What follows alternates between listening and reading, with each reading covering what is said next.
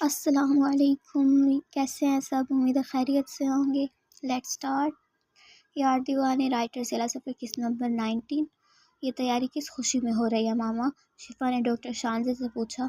وہ صبح اٹھ کر ناشتہ کرنے کچن میں آئی تو وہاں زبردست قسم کے پکوان بن رہے تھے۔ آج شاویز بھائی اور روحا آپی آ رہے ہیں، اس نے مصروف سے انداز میں بتایا۔ تو ماما وہ تو تقریباً روزانہ ہی آتے ہیں، آج کیا خاص بات ہے؟ اس کو کچھ گڑبڑ کا احساس ہو رہا تھا۔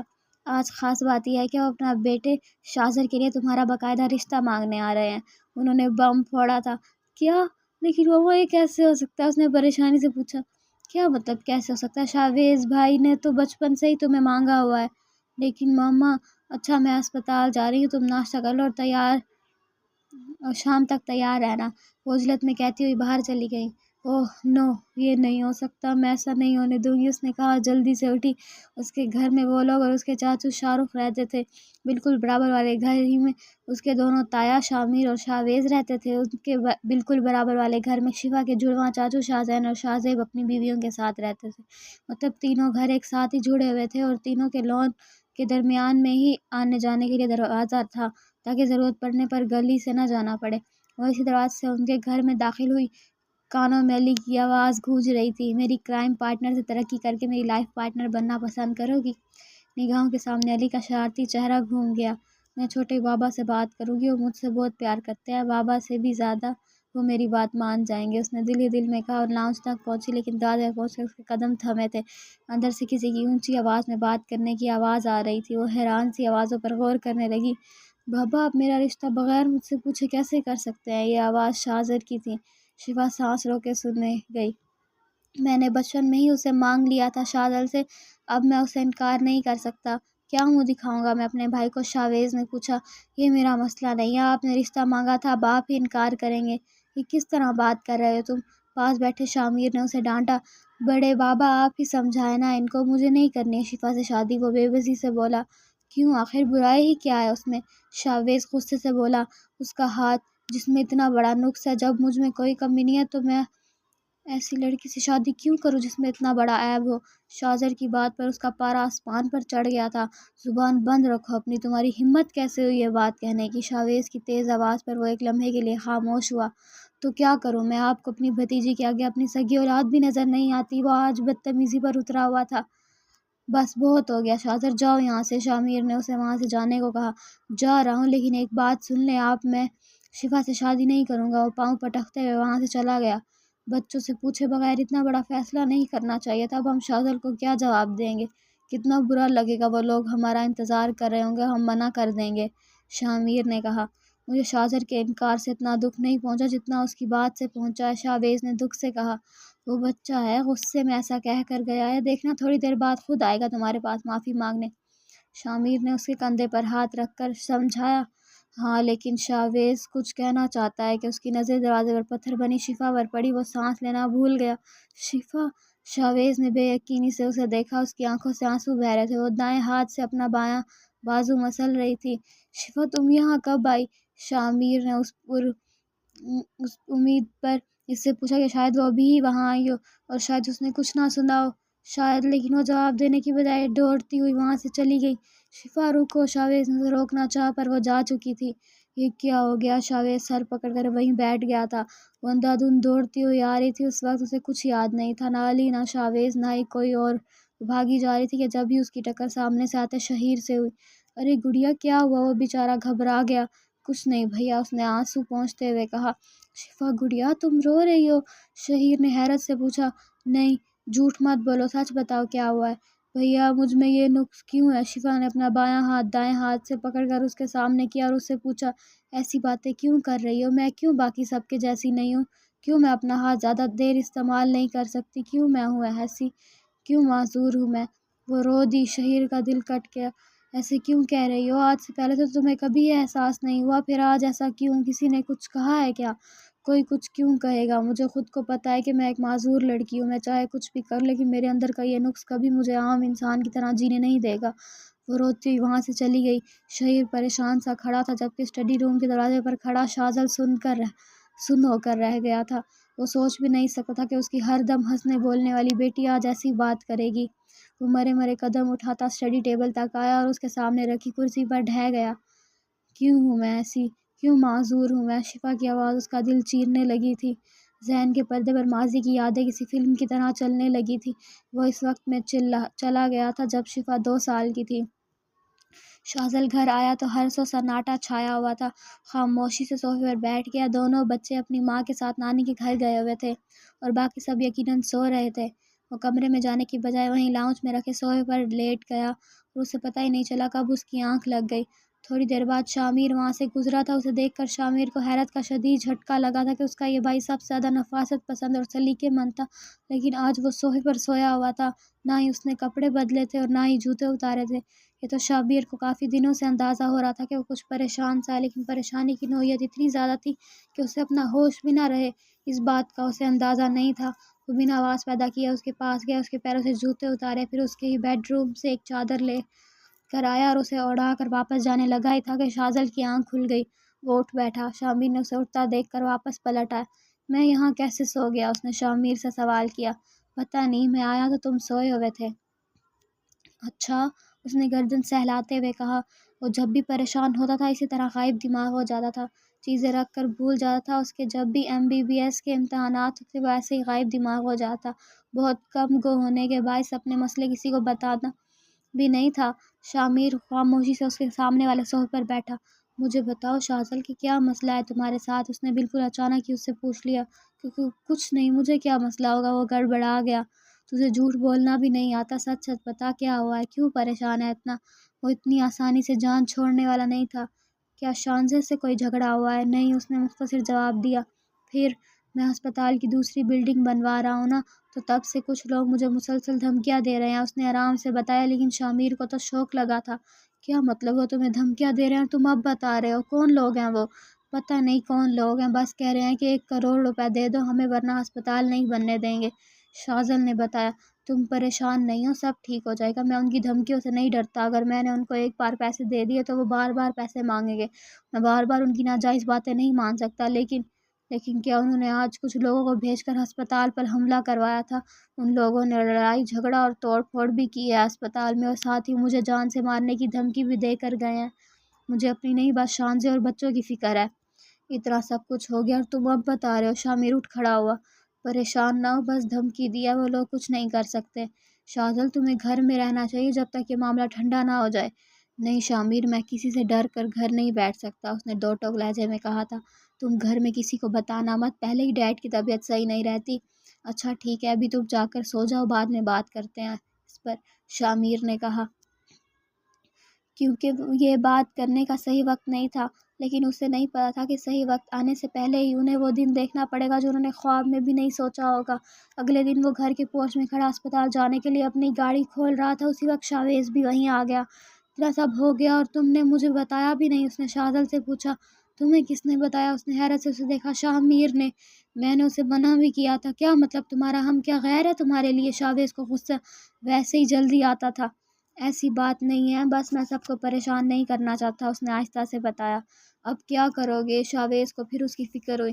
کرنا کیا ہے، جیسے پہلے ہسپتال جاتا تھا اب بھی ویسے ہی جاؤں گا، اس نے کندھے اچکا دیے۔ اپنا خیال رکھنا اور کوئی بھی مسئلہ ہو تو ضرور بتانا۔ شامیر کی نسبت اس نے اسے ہسپتال جانے سے روکا نہیں تھا، کیونکہ وہ جانتا تھا کہ اگر شاذل نے کہا ہے تو وہ ہسپتال جائے گا تو پھر وہ جا کر ہی رہے گا، اسے کوئی نہیں روک سکتا تھا۔ وہ اسے خدا حافظ کہہ کر اپنی گاڑی کی جانب مڑ آئی تھا کہ شاذل نے اسے روکا۔ شاویز، ہاں کیا ہے؟ تم شفا سے بہت پیار کرتے ہو نا؟ یہ کوئی پوچھنے کی بات ہے؟ مجھ سے بھی زیادہ؟ ہاں تم سے بھی زیادہ، بلکہ مجھے تو یہ بھی بھول جاتا کہ تمہاری بیٹی ہے یا میری نہیں۔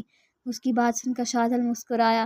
پھر مجھ سے وعدہ کرو کہ اگر مجھے کچھ ہو جائے تم شفا سے اتنی ہی محبت کرو گے، اس نے جتنے آرام سے کہا تھا شاویز کا دل اتنی ہی زور سے دھڑکا تھا۔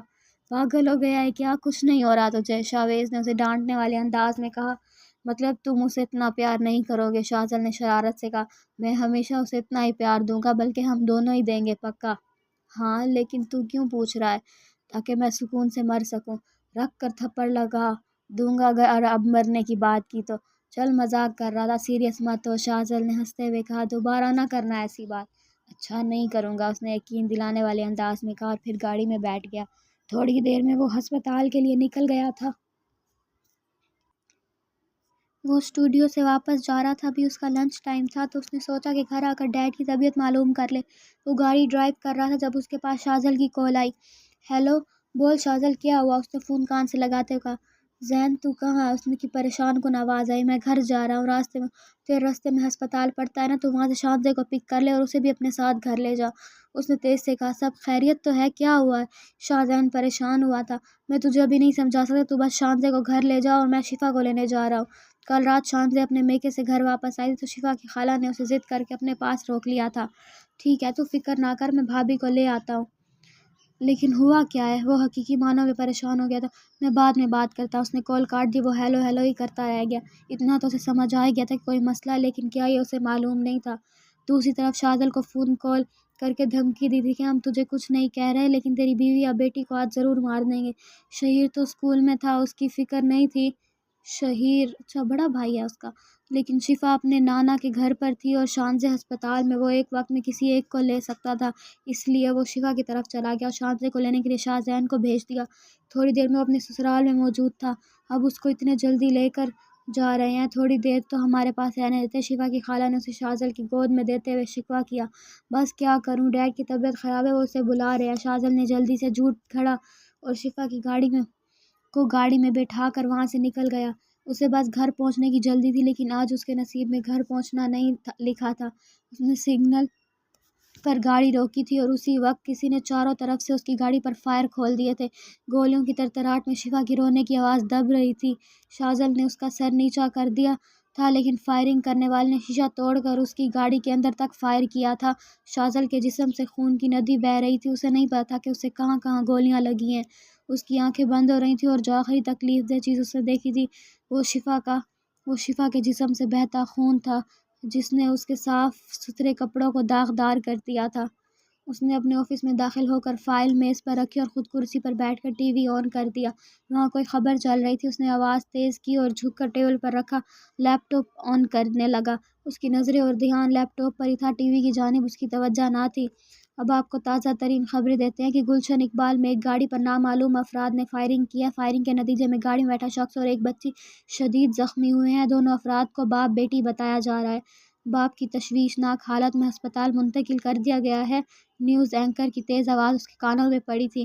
ایک تو اسے ملک سے نہ جانے ان نامعلوم افراد کا خاتمہ کب ہوگا؟ وہ منہ میں بڑبڑایا۔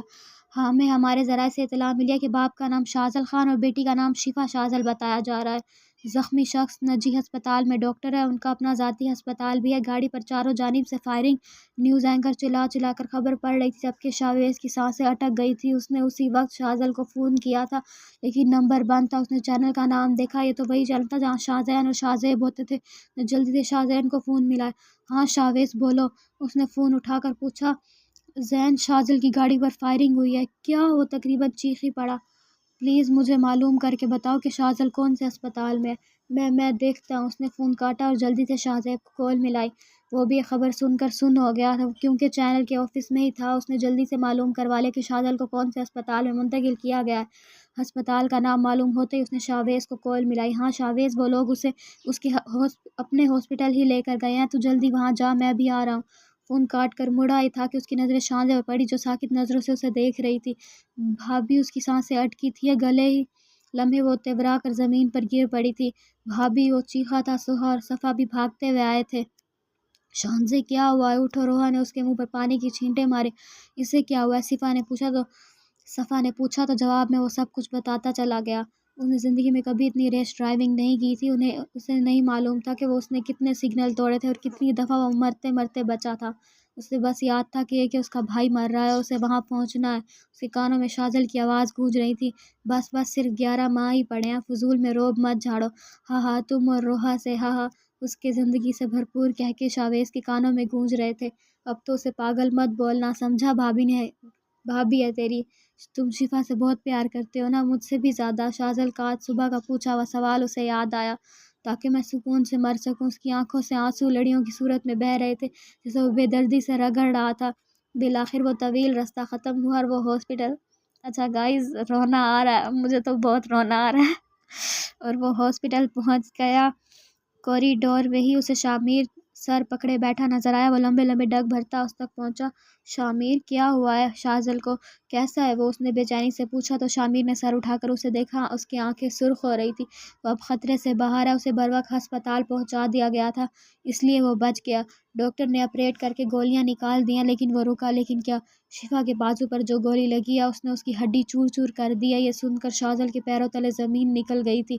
میں چھوڑوں گا نہیں ان لوگوں کو، عدالتوں میں گھسیٹوں گا انہیں، وہ غصے سے بولا، اور میں میڈیا پر اس خبر کو اتنا چلاؤں گا کہ حکومت کو ایکشن لینا ہی ہوگا۔ شاہزین کی آواز پر ان دونوں نے مڑ کر دیکھا۔ شاہزین اور شاہزیب اور شاہ رخ بھی وہیں آ گئے تھے۔ 4 گھنٹے ان لوگوں نے کانٹوں پر گزارے تھے۔ گھر میں امانت صاحب کی طبیعت بہت خراب تھی، جبکہ ہوش میں آتے ہی شانزیں ہاسپٹل آئی تھی۔ اسے روکنا کسی کے بس میں نہیں تھا۔ سہا بھی اس کے ساتھ ہی آ گئی تھی۔ 4 گھنٹے بعد شاذل کو مکمل ہوش آیا تھا۔ ہوش میں آتے ہی اس نے سب سے پہلے شفا کا پوچھا تھا۔ وہ ٹھیک ہے، تم فکر نہ کرو، شامیر نے نرمی سے کہتے ہوئے اس کا سر سہلایا تھا۔ مجھے اس سے ملنا ہے۔ وہ اٹھنے لگا۔ نہیں شاذل، تمہیں ٹانگ کے آئے ہیں، ابھی مت ہلو۔ شاذل نے اسے روکا۔ نہیں مجھے جانا ہے، وہ بس ضد تھا۔ اچھا ٹھیک ہے لیکن تھوڑی دیر۔ شامیر نے اسے شرٹ پہنائی۔ وہ اٹھا، جسم میں درد کی ٹھیسیں اٹھ رہی تھی لیکن اسے پرواہ نہیں تھی۔ شامیر اور شاہزین اسے دو طرف سے سہارا دے کر شفا کے وارڈ تک لائے۔ جیسے ہی وہ وارڈ میں داخل ہوا اس کو لگا کسی نے اس کے کلیجے پر چھرا پھیر دیا۔ ننھی سی شفا کا ہاتھوں پٹیوں سے جکڑا ہوا تھا، ناک میں کھانا پہنچانے کے لیے نلی لگی ہوئی تھی۔ وہ آہستہ آہستہ چلتا ہوا بیڈ کے پاس آیا اور گھٹنوں کے بل اس کے سامنے بیٹھا۔ وہ اتنی تکلیف میں ہونے کے باوجود بھی اسے دیکھ کر ہنس دی تھی۔ کمرے کے ایک کونے میں بیٹھی شانزیں سسک رہی تھی۔ شاذل نے جھک کر شفا کے ماتھے پر پیار کیا۔ ایک آنسو اس کی آنکھوں سے بہہ نکلا تھا۔ شاویز تو دیکھ ہی نہیں پا رہا تھا شفا کو اس حال میں۔ وہ کمرے سے باہر نکل گیا۔ شامیر آگے بڑھا اور اسے کندھوں سے تھام کر اٹھایا۔ چلو شاذل، زین اور شانزیں ہیں شفا کے پاس۔ اس نے سر ہلایا اور اٹھ کھڑا ہوا۔ وہ 2 قدم ہی آگے بڑھا تھا کہ شفا نے اسے پکارا، بابا۔ وہ مڑ کر نہیں دیکھ سکا بلکہ تیز سے باہر آ گیا۔ روم سے باہر آتے اس کے قدم ڈگمگا گئے۔ وہ گر جاتا اگر شاویز اس کو تھام نہ لیتا۔ سنبھال کے، شاویز نے کہا۔ وہ جواب دینے کی بجائے اس کے گلے لگ کر رو پڑا۔ دنیا میں سب سے زیادہ پیاری چیز اولاد ہوتی ہے اور اولاد کی تکلیف انسان سے برداشت نہیں ہوتی۔ آپ کی بیٹی ٹھیک ہو گئی ہے لیکن اس کے بائیں ہاتھ میں ساری زندگی کے لیے نقص آ گیا ہے۔ وقت گزرنے کے ساتھ ساتھ زخم بھر تو جائے گا مگر وہ اب عام انسان کی طرح اپنا ہاتھ استعمال نہیں کر پائے گی۔ وہ اس ہاتھ سے زیادہ وزن نہیں اٹھا سکتی، اپنے ہاتھ کو زیادہ اونچا نہیں اٹھا سکتی اور اس سے زیادہ موومنٹ نہیں کر سکتی، اور سردیوں میں اس کے ہاتھ میں بہت زیادہ درد بھی ہوگا۔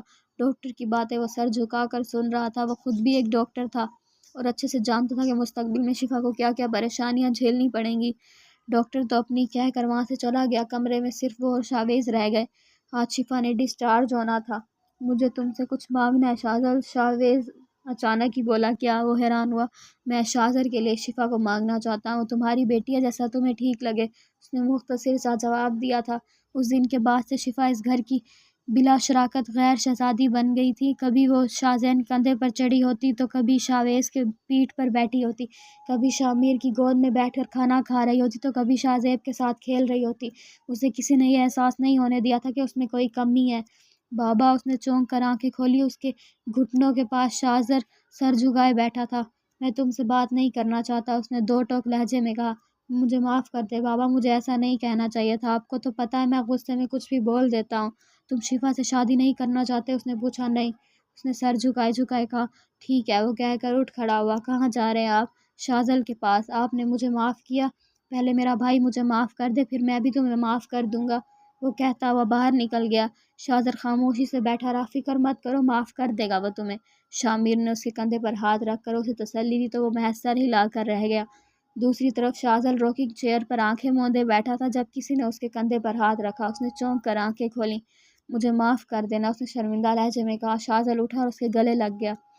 ہمارا رشتہ اتنا کمزور نہیں ہے کہ اتنی ذرا سی بات پر ٹوٹ جائے، اس نے کہا۔ شفا کہاں ہے؟ شاویز نے پوچھا۔ اپنے کمرے میں، مل کر آتا ہوں اس سے، شاویز نے کہا۔ شفا کے کمرے کی جانب بڑھ گیا۔ وہ خاموش سی بیٹھی تھی۔ اچانک ہی اسے کوئی خیال آیا تو اس نے اپنا موبائل اٹھایا اور علی کو کال ملائی۔ اس نے فوراً فون اٹھایا۔ صبر کر لو لڑکی، کہا ہے نا شام میں آ رہا ہوں دادی کے ساتھ، علی کی شریر آواز کانوں میں ٹکرائی۔ علی، اس کے گلے میں آنسوں کا گولا اٹکا۔ کیا ہوا شفا، تم رو رہی ہو؟ ابھی رخصتی تھوڑی ہو رہی ہے تمہاری، جو رو رہی ہو۔ علی نے کبھی سنجیدہ نہیں ہو سکتا تھا۔ علی تم مت آؤ، اس نے روتے ہوئے کہا۔ کیوں؟ میں تمہارے قابل نہیں ہوں؟ یہ تم سے کس نے کہا؟ مجھے پتا ہے میرے ہاتھ میں نقص ہے اور میں کیسے… علی نے اس کی بات کاٹی۔ مجھے تو یاد ہی نہیں تھا کہ تمہارے ہاتھ میں نقص ہے، اب یاد آ گیا نا، اب منع کر دو۔